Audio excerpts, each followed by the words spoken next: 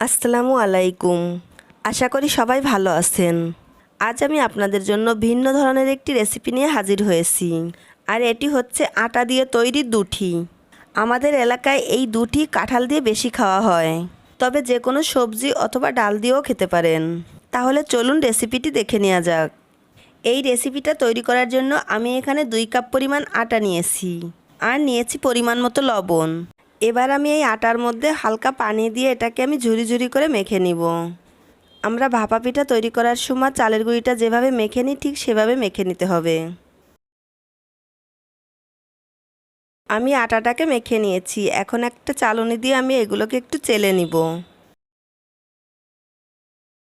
আমি খুব ভালো করে চেলে নিয়েছি। আমি আপনাদের হাতে নিয়ে দেখাচ্ছি এটা কেমন হয়েছে। এখন এই দুটিগুলোকে সিদ্ধ করে নিতে হবে। এজন্য আমি একটা পাত্রে পর্যাপ্ত পরিমাণের পানি গরম করতে দিয়েছি। এখন এই পাত্রের উপর একটা স্ট্রেইনার দিয়ে দিচ্ছি। তারপর আমি ঢাকনা দিয়ে ঢেকে অপেক্ষা করব ভাপ আসা পর্যন্ত।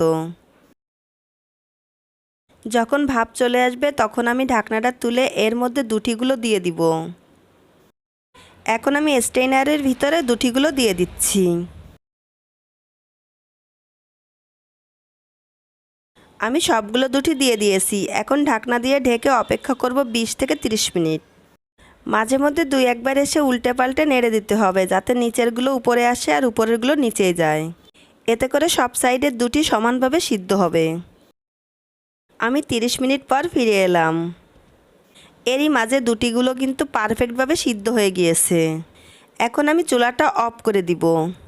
ঝটপট তৈরি হয়ে গেল ভীষণ মজার আটার তৈরি দুটি। এটা খুবই সিম্পল একটা রেসিপি, কিন্তু খেতে ভীষণ মজার।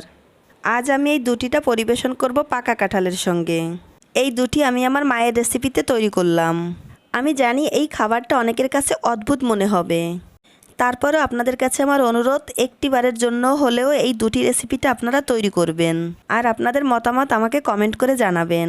আজ বিদায় নিচ্ছি। সবাই খুব ভালো থাকবেন। আমার এবং আমার ফ্যামিলির জন্য দোয়া করবেন। আল্লাহ হাফেজ।